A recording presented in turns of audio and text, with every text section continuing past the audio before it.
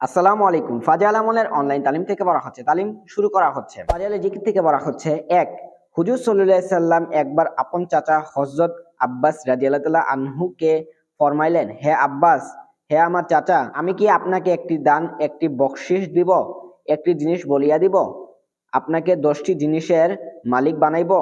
যখন আপনি এই কাজটি করিবেন তখন আল্লাহ তাআলা আপনার অতীত ও ভবিষ্যতের গুনাহ, নতুন ও পুরাতন গুনাহ, ইচ্ছাকৃত ও অনিচ্ছাকৃত গুনাহ, সগীরা ও কবিরা গুনাহ, প্রকাশ্য ও অপ্রকাশ্য গুনাহ সব মাফ করিয়া দিবেন। সেই কাজটি হইল এই যে, 4 রাকাত নফল নামাজ সালাতুত তাসবিহের নিয়ত বাঁধিয়া পড়ুন। প্রত্যেক রাকাতে আলহামদুলিল্লাহ পড়িয়া সূরা মিলানোর পর রুকুতে যাওয়ার আগে সুবহানাল্লাহি ওয়ালহামদুলিল্লাহি ওয়ালা ইলাহা ইল্লাল্লাহু আল্লাহু আকবার 15 বার পড়ুন। অতঃপর যখন রুকু করিবেন ইহাতে 10 বার পড়ুন। অতঃপর যখন রুকু হইতে দাঁড়াইবেন তখন 10 বার পড়ুন। অতঃপর সেজদা করুন এবং 10 বার পড়ুন। অতঃপর সেজদা হইতে বসিয়া 10 বার পড়ুন। যখন দ্বিতীয় সেজদায় যাইবেন তখন ইহাতে 10 বার পড়ুন। তারপর যখন দ্বিতীয় সেজদা হইতে উঠিবেন তখন দ্বিতীয় রাকাতের জন্য দাঁড়াইবার পূর্বে বসিয়া 10 বার পড়ুন। এসব মিলাইয়া মোট 75 বার হইল।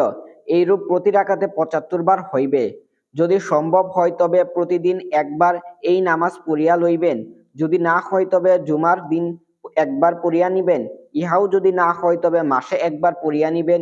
ইহাও যদি না হয় তবে প্রতি বৎসরে একবার পড়িবেন। ইহাও যদি না হয় তবে সারা জীবনে একবার হইলেও এই নামাজ অবশ্যই পড়িবেন। 2, এক সাহাবী বলেন, হুজুর সাল্লাল্লাহু আলাইহি সাল্লাম আমাকে বলিলেন, তুমি আগামীকাল সকালে আসিও, আমি তোমাকে একটি বকশিশ দিব, একটি জিনিস দিব, একটি বস্তু দান করিব। সাহাবী রাদিয়াল্লাহু তাআলা আনহু বলেন, এই কথার দ্বারা আমি মনে করিলাম হুজুর সাল্লাল্লাহু আলাইহি সাল্লাম আমাকে কোনো পার্থিব সম্পদ দান করিবেন। আমি পরদিন আসিয়া হাজির হইলে হুজুর সাল্লাল্লাহু আলাইহি সাল্লাম ফরমাইলেন, দুপুরে যখন সূর্য হেলিয়া যায় তখন 4 রাকাত নামাজ পড়িও। অতঃপর পূর্ববর্তী হাদিসে বর্ণিত নিয়মে পড়িতে বলিলেন। আর ইহাও বলিলেন যে, তুমি যদি সারা দুনিয়ার মানুষের চাইতে বেশি গুনাহগার হও তবু তোমার গুনাহ মাফ হইয়া যাইবে। আমি আরজ করিলাম, যদি ওই সময় পড়িতে না পারি? হুজুর সাল্লাল্লাহু আলাইহি সাল্লাম ফরমাইলেন, দিনে অথবা রাতে যে কোনো সময় পারো পড়িয়া লও। 3, হুজুর সাল্লাল্লাহু আলাইহি সাল্লাম আপন চাচাতো ভাই হযরত জাফর রাদিয়াল্লাহু তাআলা আনহুকে বাদশায় পাঠাইয়াছিলেন। সেখান হইতে মদিনায় ফিরিয়া আসার পর হুজুর সাল্লাল্লাহু আলাইহি সাল্লাম তাহার সহিত কোলাকুলি করিলেন এবং কপালে চুম্বন করিলেন। অতঃপর এরশাদ ফরমাইলেন, আমি তোমাকে একটি জিনিস দিব, একটি সুসংবাদ শুনাইব, একটি বকশিশ দিব, একটি উপহার দিব। হযরত জাফর রাদিয়াল্লাহু তাআলা আনহু বলিলেন, অবশ্যই দিন। হুজুর সাল্লাল্লাহু আলাইহি সাল্লাম এরশাদ ফরমাইলেন, 4 রাকাত নামাজ পড়ো। অতঃপর উপরে বর্ণিত হাদিস অনুযায়ী বলিলেন। এই হাদিসে উক্ত 4 কালেমার সহিত লা হাওলা ওয়ালা কুওয়াতা ইল্লা বিল্লাহ আলিয়্যুল আযীম পড়ার কথা আসিয়াছে। 4, হযরত আব্বাস রাদিয়াল্লাহু তাআলা আনহু বলেন, আমাকে হুজুর সাল্লাল্লাহু আলাইহি সাল্লাম বলিয়াছেন, আমি তোমাকে একটি বকশিশ দিব, একটি উপহার দিব, একটি জিনিস দান করিব। হযরত আব্বাস রাদিয়াল্লাহু তাআলা আনহু বলেন, আমি মনে করিলাম দুনিয়ায় এমন কোন জিনিস তিনি আমাকে দেওয়ার ইচ্ছা করিয়াছেন যাহা আর কাহাকেও দেন নাই। এই কারণেই এই ধরনের শব্দসমূহ বকশিশ, উপহার ইত্যাদি বারবার বলিয়াছেন। অতঃপর তিনি আমাকে 4 রাকাত নামাজ শিখাইলেন, যাহা উপরে বর্ণিত হইয়াছে। ইহাতে এই কথাও বলিয়াছেন যে, যখন আত্তাহিয়াতুর জন্য বসো তখন প্রথমে এই তাসবিহগুলি পড়িয়া নিবে, পরে আত্তাহিয়াতু পড়িবে।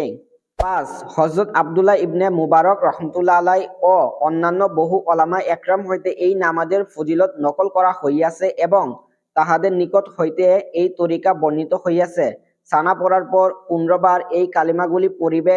অতঃপর আউযু বিল্লাহ, বিসমিল্লাহ, আলহামদুলিল্লাহ সূরা ও অন্য কোন সূরা মিলানোর পর রুকুতে যাওয়ার আগে 10 বার পড়িবে। অতঃপর রুকুতে 10 বার পড়িবে। রুকু হইতে উঠিয়া 10 বার পড়িবে। 2 সেজদায় 10 বার 10 বার করিয়া পড়িবে। 2 সেজদার মাঝখানে বসিয়া 10 বার পড়িবে। এইভাবে 75 বার হইয়া গেল।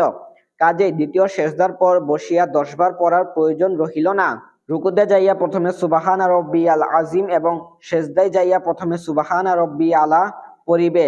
উহার পর উক্ত কালিমাগুলি পড়িবে। হুজুর সাল্লাল্লাহু আলাইহি সাল্লাম হইতেও এই নিয়মে বর্ণনা করা হইয়াছে। তিরমিজি। ফায়দা 1, সালাতুল তাসবিহ বড়ই গুরুত্বপূর্ণ নামাজ। উপরে বর্ণিত হাদিস সমূহ দ্বারা ইহার অনুমান হইতে পারে হুজুর সাল্লাল্লাহু আলাইহি সাল্লাম কি পরিমাণ স্নেহ মহব্বত ও গুরুত্বের সহিত ইহা শিক্ষা দিয়াছেন। উম্মতে ওলামায়ে একরাম, মুহাদ্দিসে একরাম, ফোকাহায়ে একরাম ও সুফিয়ায়ে কেরামের যুগে যুগে গুরুত্ব সহকারে ইহার উপর আমল করিয়া আসিতেন।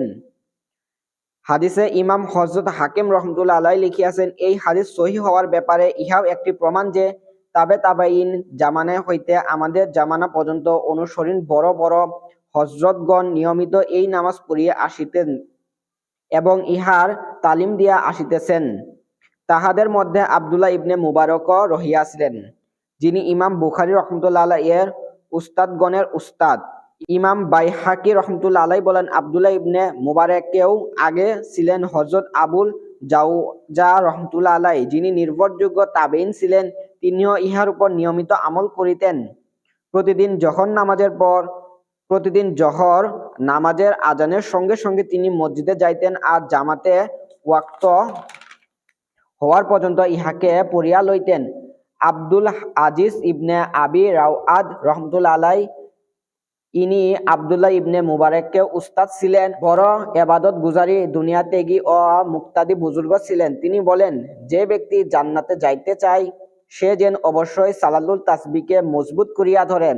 আবু উসমান হিরি রহমতুল্লাহ আলাইহি বড় দুনিয়া ত্যাগী বুজুর্গ ছিলেন। তিনি বলেন, আমি মুসিবত ও দুশ্চিন্তা দূরকরণের জন্য সালাতুল তাসবিহের মতো ফলদায়ক আর কিছু দেখি নাই। আল্লামা তকি সুবকি রহমতুল্লাহ আলাইহি বলেন, এই নামাজ খুবই গুরুত্বপূর্ণ। কিছু সংখ্যক লোক ইহাকে অস্বীকার করে না বলিয়া ধোঁকায় পড়া উচিত নয়। যে ব্যক্তি এই নামাজের সওয়াবের কথা শুনিয়াও অবহেলা করে সে দিনের ব্যাপারে অলসতা প্রদর্শনকারী এবং নেক লোকদের আমল হইতে দূরে। তাহাকে পাকা লোক মনে করা চাই না। মেরকাত কিতাবে আছে, হযরত আব্দুল্লাহ ইবনে আব্বাস রাদিয়াল্লাহু তাআলা আনহু প্রত্যেক জুমার দিনে এই নামাজ পড়িতেন। ফায়দা 2, কোনো আলেম উক্ত হাদিসকে এই জন্য অস্বীকার করিয়াছেন যে মাত্র 4 রাকাত নামাজে এত বেশি সওয়াব হওয়ার অসম্ভব, বিশেষত কবিরা গুনাহ মাফ হইয়া যাওয়া। কিন্তু যেহেতু এই হাদিস বহু সাহাবায়ে একরাম রাদিয়াল্লাহু তাআলা আনহু হইতে বর্ণিত হইয়াছে, কাজেই অস্বীকার করাও অসম্ভব। অবশ্য অন্যান্য আয়াত ও হাদিসের কারণে কবিরা গুনাহ মাফ হওয়ার জন্য তওবা শর্ত থাকিবে। ফায়দা 3, উপরে বর্ণিত হাদিস সমূহে নামাজের 2টি নিয়ম বর্ণনা করা হইয়াছে। একটি হইল নামাজে দাঁড়াইয়া আলহামদু ও সূরা পড়ার পর 15 বার উক্ত তাসবিহ পড়িবে, অতঃপর রুকুতে যাইবা। সুবহান রাব্বিয়াল আযীম পড়ার পর 10 বার পড়িবে, অতঃপর রুকু হইতে দাঁড়াইয়া সামি আল্লাহু লিমান হামিদা রব্বানা লাকাল হামদ পড়ার পর 10 বার তাসবিহ পড়িবে, অতঃপর 2 সেজদায় সুবহান রাব্বিয়াল আলা পড়ার পর 10 বার আর 10 বার করিয়া পড়িবে। 2 সেজদার মাঝখানে যখন আল্লাহু আকবার বলিয়া উঠিবে কিন্তু না দাঁড়াইয়া বসিয়া 10 বার পড়িবে, অতঃপর আল্লাহু আকবার না বলিয়া দাঁড়াইয়া যাইবে। দ্বিতীয় রাকাতের পর এমনিভাবে চতুর্থ রাকাতের পর তাসবিহগুলিকে 10 বার পড়িয়া আত্তাহিয়াতু পড়িবে। দ্বিতীয় নিয়ম হইল সানা পড়ার পর আলহামদু পড়ার পূর্বে 15 বার পড়িবে, অতঃপর আলহামদু ও সূরা মিলানোর পর 10 বার পড়িবে, অতঃপর বাকি নামাজ পূর্বের নিয়তে পড়িবে। অবশ্য এই নিয়মে দ্বিতীয় সেজদার পর বসিতে হইবে না এবং আত্তাহিয়াতু সহিত পড়িতে হইবে না।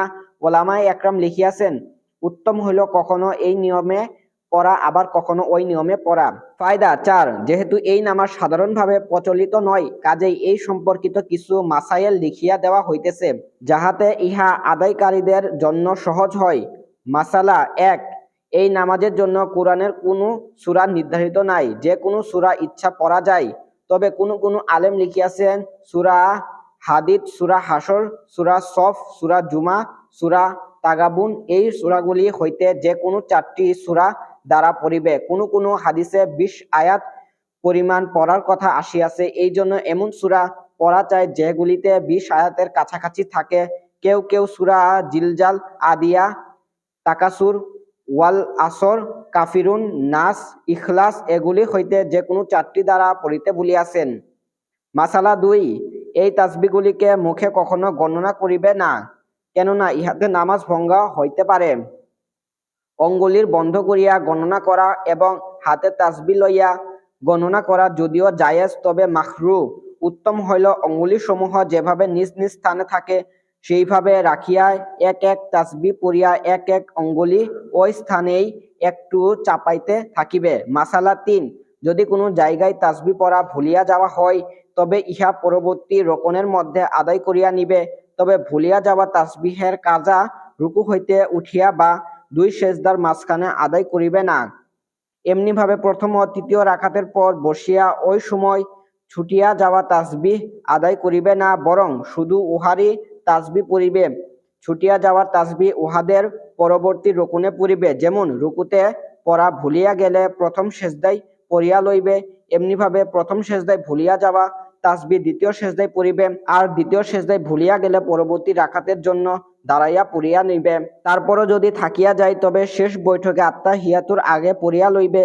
মাসালা ৪, যদি কোনো কারণে সাহু সেজদা করিতে হয় তবে ইহাতে এই সমস্ত তাসবিহ না পড়া চাই, কেননা ইহা নির্ধারিত পরিমাণ ৩০০ বার পূর্ণ হইয়া গিয়াছে। যদি কোনো কারণে এই সংখ্যা পূর্ণ না হইয়া থাকে তবে সাহু সেজদার মধ্যে পড়িয়া নিবে। মাসালা ৫, কোনো হাদিসে আসিয়াছে আত্তাহিয়াতুর পর সালামের আগে এই দোয়া পড়িবে: হে আল্লাহু, আপনার নিকট আমি হেদায়েতপ্রাপ্তদের তাওফিক চাহিতেছি এবং ইয়াকিনওয়ালাদের আমল ও তওবাকারীদের ইখলাস চাহিতেছি, আর সবরকারীদের মজবুতি ও ভয় করনেওয়ালাদের নেই চেষ্টা অথবা সাধনা চাহিতেছি এবং অনুরাগীদের মতো উৎসাহ, পরহেজগার লোকদের মতো ইবাদত, ওলামায়ে একরামের মতো আপনার মারেফাত চাহিতেছি, যাহাতে আমি আপনাকে ভয় করিতে থাকি। হে আল্লাহু, এমন ভয় যাহা আমাকে আপনার নাফরমানি হইতে ফিরিয়া রাখে এবং যাহাতে আমি আপনার হুকুম মানিয়া এমনভাবে আমল করিতে থাকি যাহার ফলে আপনার সন্তুষ্টি ও রেজামন্দির উপযুক্ত হইয়া যায়, এবং যাহাতে আপনার ভয়ে খাঁটি তওবা করিতে থাকি, আর যাহাতে আপনার মহব্বতের কারণে সত্যিকার ইখলাস প্রকাশ করিতে পারি, আর আপনার প্রতি ভালো ধারণা কারণে আপনার উপর তাওয়াক্কুল করিতে থাকি। হে নূর পরওয়ারদিগার ওয়ালা, আপনার সত্তা পবিত্র। হে আমাদের পরওয়ারদিগার, আমাদেরকে পরিপূর্ণ নূর দান করুন। আপনি আমাদের মাফ করিয়া দিন। নিঃসন্দেহে আপনি সবকিছুর উপর ক্ষমতাবান। হে আরহামুর রাহিমিন, দয়া করিয়া আপনি আমাদের দরখাস্ত কবুল করিয়া নিন। মাসালা ৬, এই নামাজ মাকরু ওয়াক্তগুলি সারা দিনে রাত্রে যে কোনো সময় পড়া যায়, অবশ্য সূর্য হেলিয়া যাওয়ার পর পড়া বেশি ভালো। অতঃপর দিনে যে কোনো সময়ে তারপর রাত্রে পড়া উত্তম। মাসালা ৭, কোনো হাদিসে কালেমা সৌমের সহিত লা হাওলা উল্লেখ করা হইয়াছে, যেমন উপরে ৩ নং হাদিসে বর্ণিত হইয়াছে। এই কারণে যদি কখনো কখনো ইহাতে যোগ করিয়া লওয়া হয় তবে উত্তম।